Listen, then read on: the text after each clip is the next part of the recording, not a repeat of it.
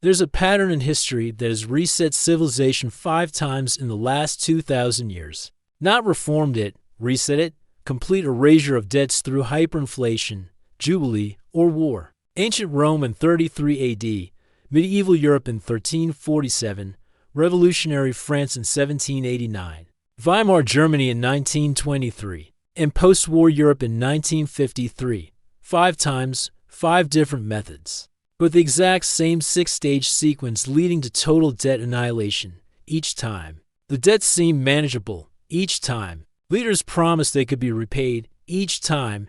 Mathematicians showed it was impossible. And each time, the debt was erased anyway, wiping out the savings of everyday people and transferring wealth on a scale that makes today's billionaire class look like amateurs. Here's where we are. Global debt sits at 335% of GDP. That's $300 trillion in total obligations against $90 trillion in annual economic output. The United States alone carries $36 trillion in federal debt, student loans, $1.7 trillion, auto loans, $1.6, credit cards, $1.2, corporate debt, $11 trillion. The math is brutal. This cannot be repaid. We are in stage 3 of the exact 6-stage pattern that has played out 5 times across the millennia. Stages 4, 5, and 6 follow with mechanical precision. The only variable is the method, hyperinflation that turns currency into wallpaper, a government-mandated jubilee that obliterates creditors overnight, or war that destroys enough of the system to make debts irrelevant. This isn't speculation. It's pattern recognition backed by 2,000 years of evidence. Let me show you how it happened 5 times before, why the same sequence is unfolding now, and what it means for every dollar you've saved. First, understand what a debt reset actually is and why it's mathematically inevitable. A debt reset is the complete or partial cancellation of debts across an entire economy, not because governments are generous, but because the alternative is systemic collapse. Debt is a claim on future production. When you borrow $100,000, you're promising to generate enough future value to repay it plus interest. When a government borrows $36 trillion, it's betting future taxpayers will produce enough to cover it. But there's a ceiling. When debt exceeds productive capacity, when interest payments devour all growth, when new borrowing is needed just to service old debt, the system becomes a Ponzi scheme. And like all Ponzi schemes, it detonates. The numbers: global GDP is $90 trillion, growing maybe 3% annually. That's $0.7 trillion in new production each year. Global debt is $300 trillion, at just 3% average interest. That's $9 trillion in annual debt service. The economy produces $2.7 trillion in new value, but the debt demands $9 trillion in payments. This gap cannot be bridged. The equation doesn't balance. When this threshold is crossed, debt must be eliminated, not restructured. Eliminated. History shows 3 mechanisms. Method 1. Hyperinflation. The government prints unlimited currency. Debts are repaid in worthless money. Creditors are annihilated, and savers are destroyed. Method 2. Jubilee. The government declares debts void. Creditors lose everything. Debtors walk free. The financial system collapses and rebuilds from the wreckage. Method 3. War. Massive destruction. Millions dead. Enough chaos that debts become unenforceable. Every debt crisis in history resolved through one of these paths. There's no fourth option. Now let me show you the 6-stage sequence that leads to this endpoint every time. Stage 1. Credit expansion creates an illusion of prosperity. Every debt crisis begins identically. Easy credit creates the mirage of prosperity. People borrow and spend. The economy expands. But it's not prosperity. It's theft from the future. In ancient Rome, from 10 to 30 AD, credit markets exploded after Augustus stabilized the empire. The Senate authorized massive public works funded by debt, aqueducts, roads, forums, all built on borrowed money. The economy seemed to boom, but the growth was hollow. Borrowing funded consumption bred and circuses, not innovation. By 20 AD, most patrician families were borrowing just to maintain appearances. In medieval Europe, from 1300 to 1340, Italian banking houses like the Bardi and Medici lent to kings and nobles. Edward III borrowed over 1.5 million florins from Italian bankers, equivalent to billions today.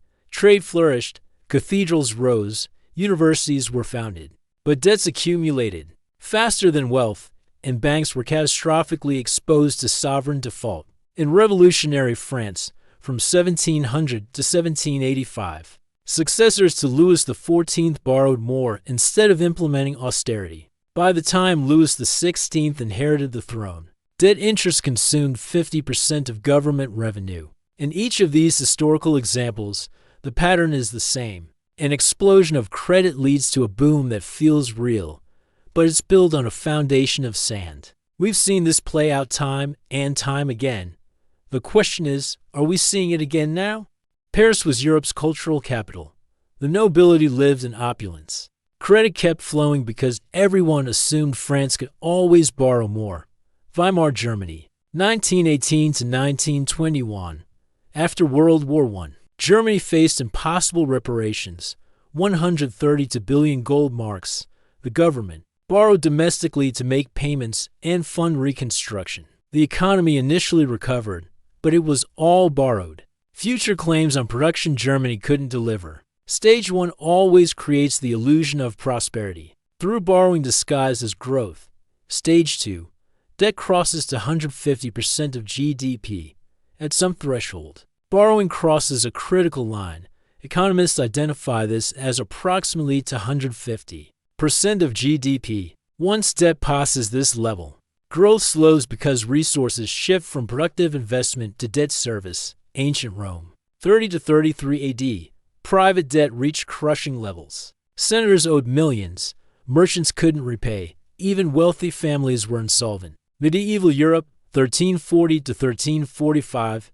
By 1340, Edward III owed Italian banks more than his kingdom's entire annual revenue. Credit markets froze. Banks stopped lending.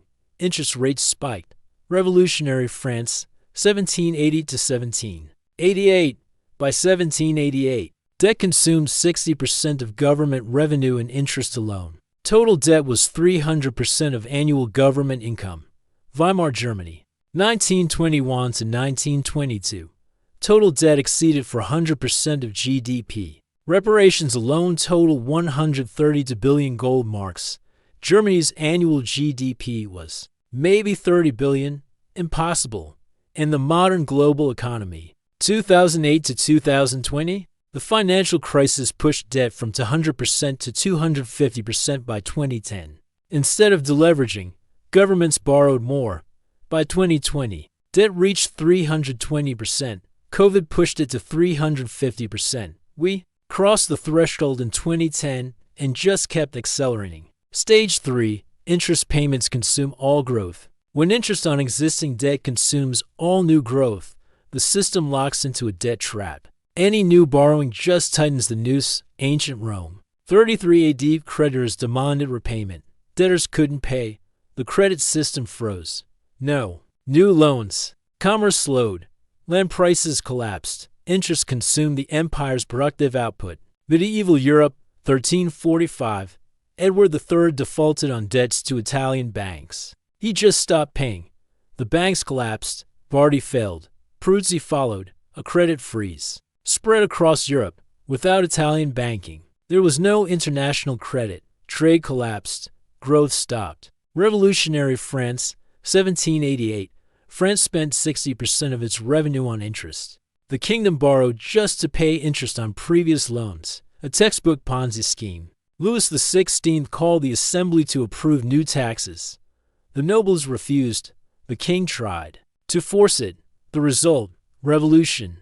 Weimar Germany, 1922 to 1923. Germany paid reparations, debt interest, and reconstruction costs that exceeded its total revenue. The only way to pay was to print money. The Reichsbank ran the presses continuously. Inflation started slow, then accelerated exponentially. Prices doubled, then doubled again. In the modern global economy, 2020 to 2025, the U.S. spends approximately $900 billion per year on interest. That's more than the defense budget. US GDP grows maybe 500 to 700 billion annually in real terms. Interest payments are consuming 100% or more of real growth. Every new dollar goes to service old debt. This is stage 3. We are here now. Stage 4. The system becomes mathematically unpayable. Stage 4 is recognition. Anyone capable of arithmetic realizes the debt will never be repaid. Not because people don't want to pay, because the numbers just don't work. Ancient Rome, 33 AD. The Senate passed laws trying to prop up land prices. Debtors who couldn't repay were prosecuted, prisons filled. Major patrician families, including senators, were exposed as insolvent. They owed more than they owned. The Roman elite was bankrupt. Debt was mathematically unpayable. Medieval Europe, 1347. After the banking collapse, kings tried restructuring debts, promising partial payments and extended timelines. But the math didn't work. England's revenue was £100,000 yearly. Edward owed 900,000 florins, roughly £1.5 million. Even paying 100% of revenue for 15 years wouldn't cover it. Recognition spread. The debt would never be repaid. Revolutionary France, 1789. Debt consumed 100% of tax revenue, including interest plus basic operations. The numbers were public, even eliminating the military, stopping public works, and firing every government employee wouldn't pay the debt. Finance Minister Jacques Necker published the accounts trying to force reform. Instead, he proved the system was insolvent. Weimar Germany, 1923. The government printed trillions of marks daily. The currency was worthless. Bread cost billions of marks. Workers were paid twice a day so they could spend before the money lost more value. But the debt was still denominated in gold. Germany would have to produce more than its entire economy just to pay the interest. Impossible. And everyone knew it. Modern global economy, 2025. Anyone with a calculator sees the current debt is unpayable. The U.S. would need budget surpluses of $1 trillion per year for 36 years straight to pay its national debt while paying $1 trillion annually in interest. That requires tax increases of 50% or spending cuts of 70%. Neither is politically possible. Global debt of $300 trillion requires paying back more than 3 years of total global output while producing enough for people to live, governments to operate, and businesses to function. The math just doesn't work. We are in stage 4. Anyone examining the numbers knows this doesn't end with repayment. Stage 5. Political pressure for a reset builds. Once everyone knows the debt is unpayable, political pressure builds explosively. Debtors demand a jubilee. Creditors demand protection. The government is trapped between impossible positions. The social contract fractures. Ancient Rome, 33 AD. Plebeians demanded debt relief. Debtors' prisons overflowed. Families were sold into slavery. The tribunes demanded the Senate cancel the debts. The patricians refused. Canceling would wipe out their wealth. The Senate deadlocked. Riots erupted. Mobs attacked creditors' homes. Medieval Europe, 1347 to 1350. After a banking collapse, debtors demanded release. Then the Black Death arrived. Within 3 years, 30 to 50% of the population was dead. The plague killed creditors and debtors alike. Labor became scarce. Debts became unenforceable because not enough people were left to collect. The plague functionally canceled the debt through death and chaos. Revolutionary France, 1789. The Third Estate, 98% of the population, demanded the monarchy default on its debts to aristocrats and foreign creditors. The aristocracy refused. They were the creditors. They demanded the peasants pay more taxes. This was the core conflict of the French Revolution. Debtors versus creditors. It was resolved through violence. Weimar Germany, 1923. The population demanded the government stop paying reparations and stop printing money. Workers went on strike. The Communist and Nazi parties gained support by promising to cancel debts. Hitler attempted a coup in November 1923. Running on a platform of refusing reparations, the political pressure was overwhelming.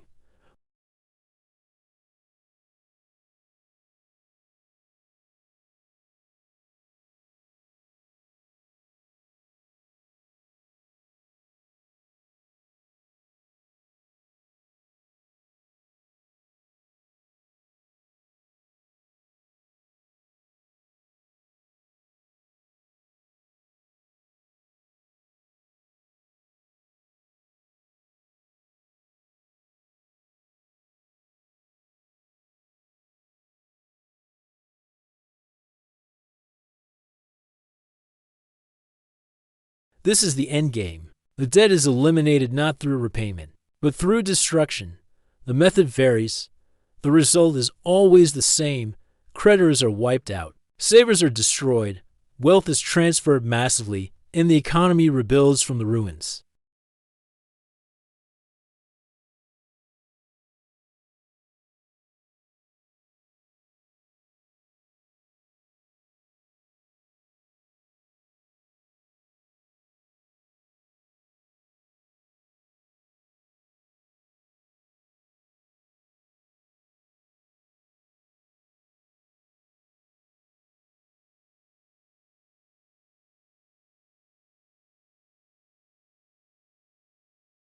The currency was debased to inflate away the debts. Method 1. Inflation. Debts are repaid in worthless currency.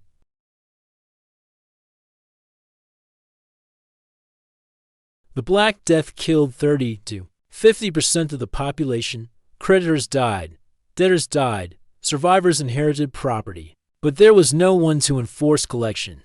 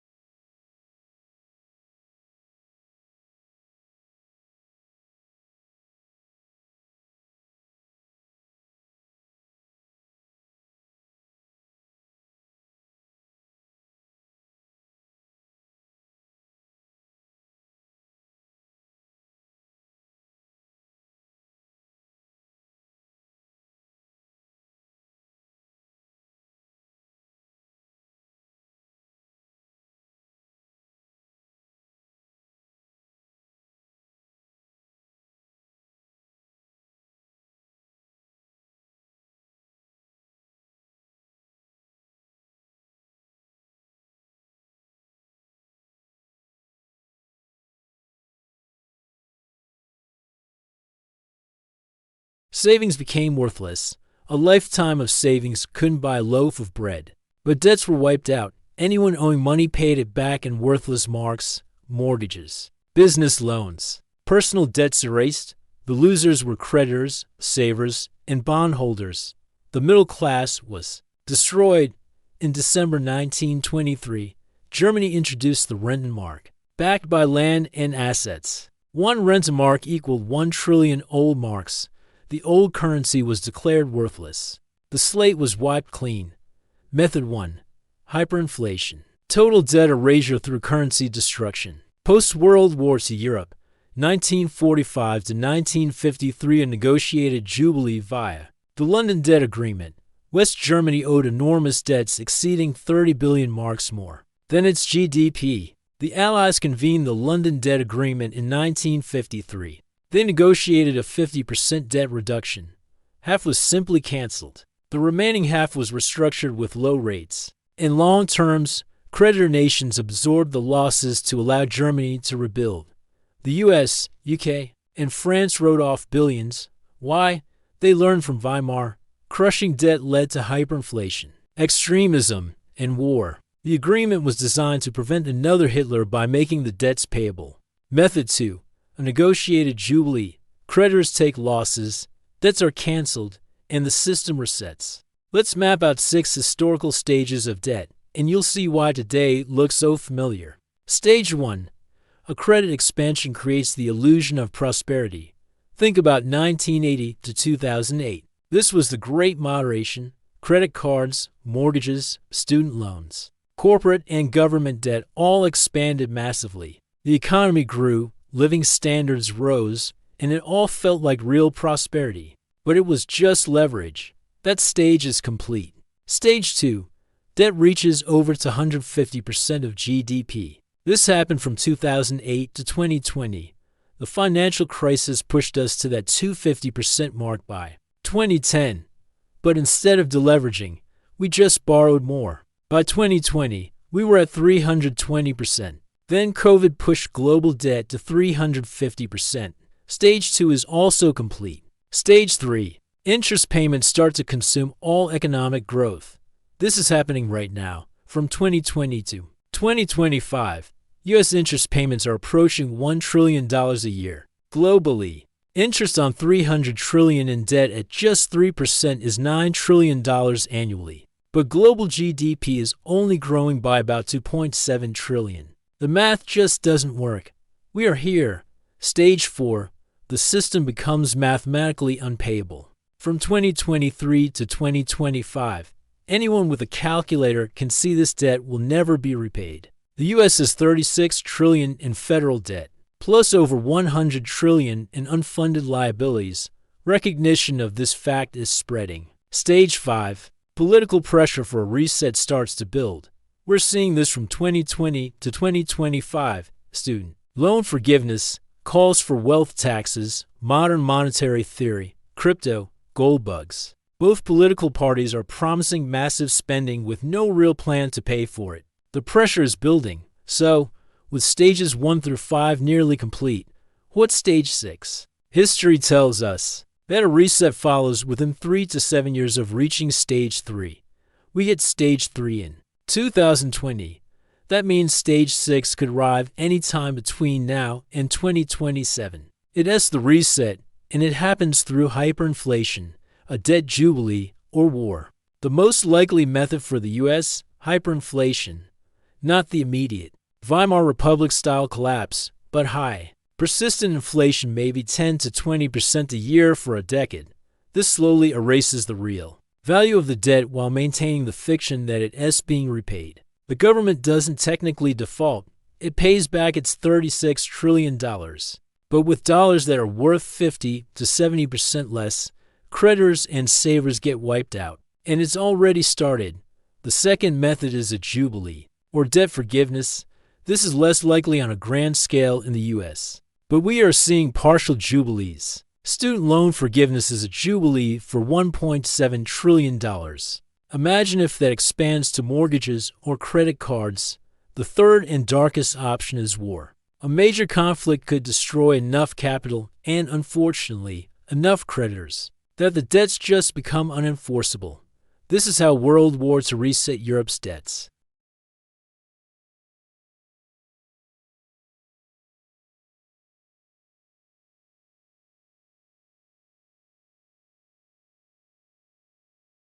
Pensions and Social Security checks by less and less each year. And third, if you've lent money, you get paid back in worthless currency. But some people win.